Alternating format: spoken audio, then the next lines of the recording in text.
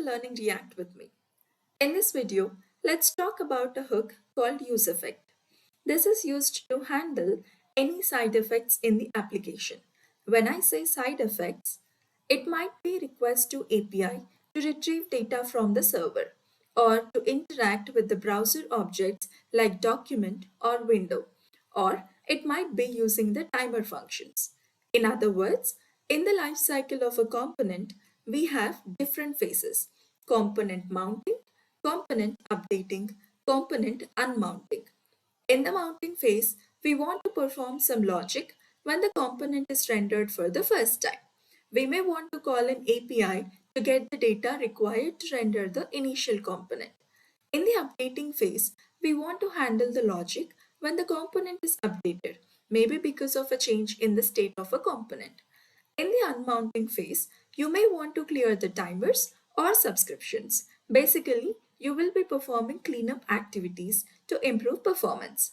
In case of class-based components, we have methods like componentDidMount, componentDidUpdate, componentWillUnmount. In case of functional component, we can achieve all of this with a single hook called useEffect. If you do not know what is component did mount, did update, and will unmount in case of class-based components, I have given the link in the description. Please feel free to check out that. I have created a home page and I want to display the list of users. So I have this dummy list of users, and I have also created the users list component to which I am passing this users prop. Now let's loop through the users array and display them. So in props, I am getting an object called users, which is nothing but this. And in order to loop through every user, let me just use the map function, and we will return a div which displays the name of the user. So user dot name. And to distinguish each div uniquely, let's add a key. So in our case, the unique value is the ID of the user object. So let's add a style as well. I have created a class called user item and save it. So now we have this list of users and a component that loops through each of this list and displays the name of the user. So let's just save it and go to the browser. So we see three users being listed here. In real-time applications, we get this list of users from network through an API call.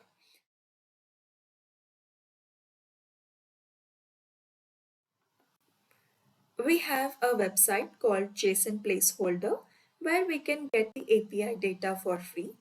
So I am going to make use of users API. So this is the users API. Let's just see what kind of data it displays. So this has ID, name, username, email, address, etc. So let's just make use of this API instead of our dummy users list. In order to do that, let me just copy paste this code and replace this URL to do /1 with /users. So I'm copying this. In order to place it, first we need to understand when exactly we want to retrieve this users list. So I want this user list to be retrieved whenever this component is mounted. And in order to call that API, let's import useEffect. So useEffect, when I press enter, it is imported from React. So this useEffect takes function as a first argument. In this function, let's place our API call. And instead of to-dos, let me just make it users. So here we are just calling this API and it will return a response. This response is converted to JSON, and then we are accessing that JSON and console logging this returned value. So let's save it and go to the browser. Let's look at the console. So let me just clear this and let's refresh. So these are the list of users, but they are coming from API now. We have hard coded these users, but this list of users is coming from API call. Now let's make use of this API data and assign it to our users state. Let's create a state users and set users using useStateHook. This is imported from React library, and the initial value will be an empty array. So we need to update these users once we receive data from the API call. So instead of just console log, let me make use of set users. So I will update set users with the JSON data. So this will assign this list of users, what we saw in the console log, to this users constant. Now let me just add the text instead of JSON and let's save it. Now in the browser, let me just refresh now. So you see this use effect is continuously running. Why is this happening? This is because use effect will execute this function whenever the component is rendered for the first time, and also every time the component is updated.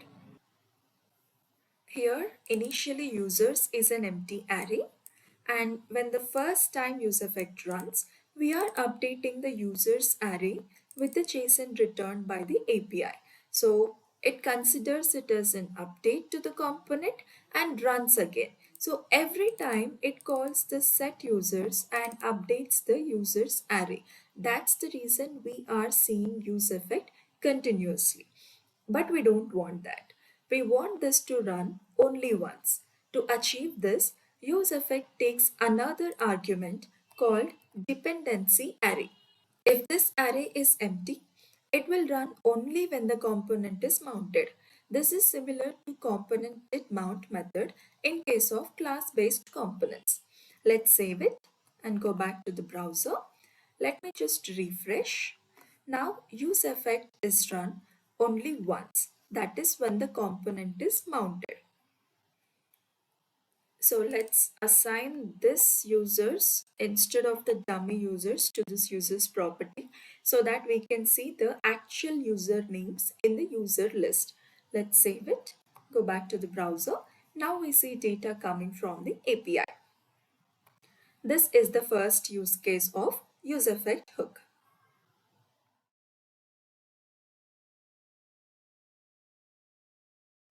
Let us take a scenario where I want to click on the user and display the user details. I have already created a component called user where we display the name, username and email of the selected user. This is a pure component. It will take the input and simply display this output.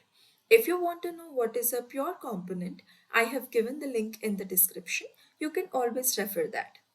Let's import the component in the user list component.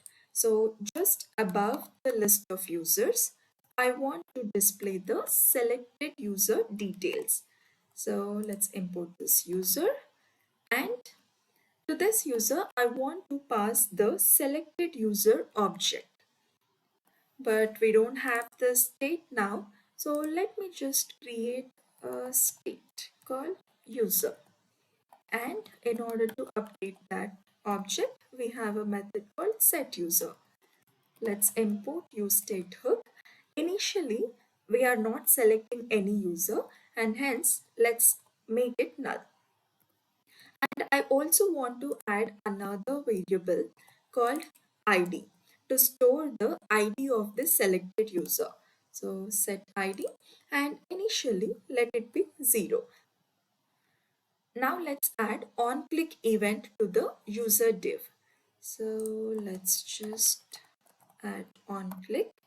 And what will this do is, whenever we click on this, it will simply call set ID and assign ID with the selected user ID.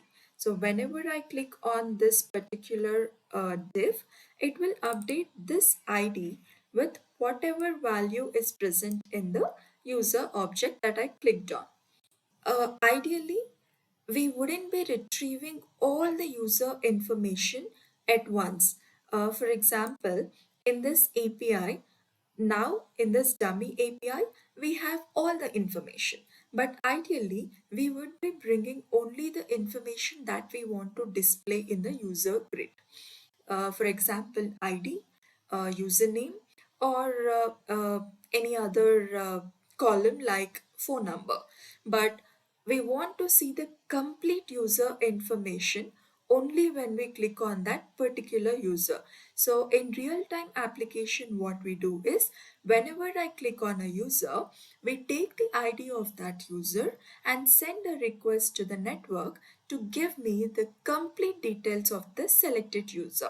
So let us assume that we didn't had the complete information about the user, and whenever we click on a particular user, we want to make an API call to get the user object, which gives us the complete details like address, phone number, email, company he or she is working in, etc. So let's make use of useEffect to get the selected user details. So useEffect, and as we discussed, the first argument would be a function. Let's just copy paste this and update the user ID. So let's make use of the template strings so that we can pass the ID dynamically without using concatenation. So this will also return a response. We will convert this to JSON and then read the JSON data. Instead of just use effect, in order to understand, just differentiate between homepage use effect and user list, let me add the ID as well. And here it's not set users, it is set user now.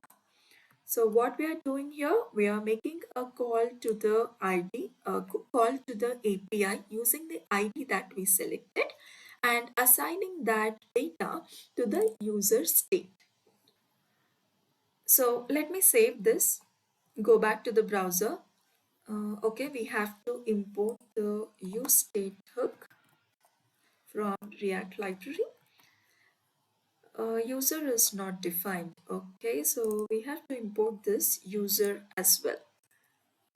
Let me just click on backspace and then user. Now we have the user component imported. So we have this okay, what it is saying here is, if you see, we see the error in the console. So we are trying to pass the ID 0, but there is no API which takes the ID 0. So let's just add a condition here. So only when the ID is greater than 0, we want to make this function call. So I'm just putting this entire function call inside if block. Let me save it, go back to the browser and clear. So we have this user effect. Since we did not select any user, it will be initially null. When a null object is passed to the user component, it will check whether the user object is present in the props or not. If it is null or undefined, then we would be returning this paragraph, no user selected. If there is a user in the props, then we will display this div.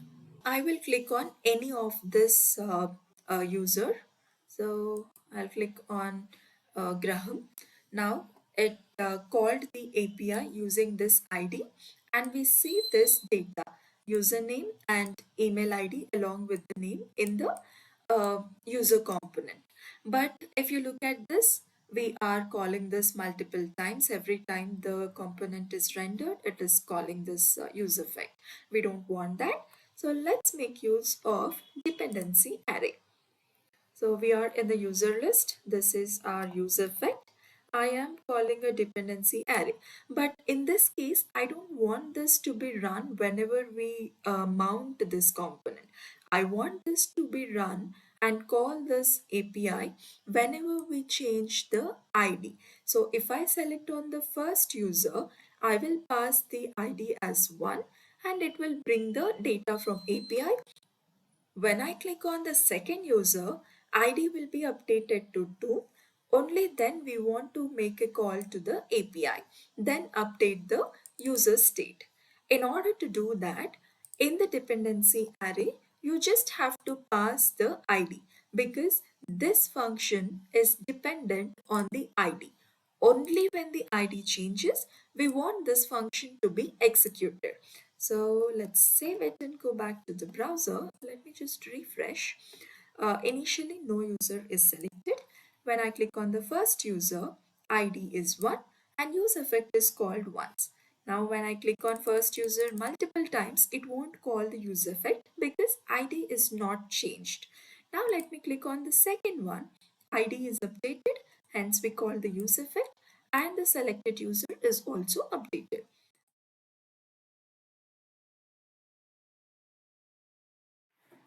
So we covered two phases. The third phase is the cleanup activity. To demonstrate this, let's display the current time in the home page. To do that, let me create another state called date and set date.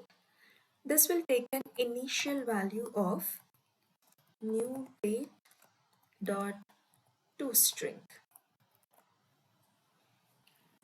Let's display the date just above this user list component. Let me save it, go back to the browser. Now we see this date, but I want this date to be updated every second so that I have the correct time every time I see this screen. Let's create another use effect. We can create multiple use effects. It's not that we can create it only once.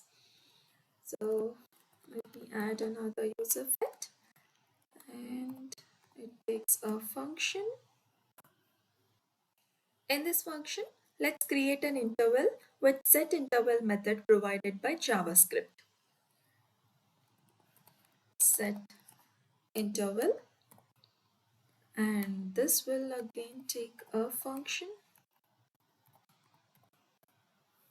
and we want this function to be run every 1000 milliseconds. That means every second I want the date to be updated. So let's make use of setDate, and it will always take the current date. SetInterval will return an ID. So let me just store that as timer ID, and to see what is the ID, let's log it. Now let me just go back to the browser. Const timer ID is not defined. Okay, this is a typo, it's timer ID. So you see the seconds is getting updated every second. So we have the exact date now. And you can also see that we are creating multiple timers. So every timer has a unique ID. So this use effect is running every time this date object is updated, and hence it is creating multiple timers, which is not a good practice. It will hamper the performance. So the best practice is to clear the previous timer before creating a new one. To do this, we can use the callback option provided by useEffect. So we can simply say return, and this will be a function again. Here we can make use of clear interval method provided by JavaScript and provide the timer ID that you want to delete. So clear interval of timer ID, and let me console log this. So timer ID plus clear. Now let's save it. Go back to the previous. Let me just clear this console. So now you can observe that before creating a new timer, it is clearing the previous timer. So every time, every second this date gets updated, we will have only one timer, one interval. This is the third use case of useEffect hook. UseEffect hook is kind of tricky, but it's the most powerful hook provided by React. I hope I was able to explain it well. If you like the content, please like, share, comment, and subscribe to InterviewPro. Thank you.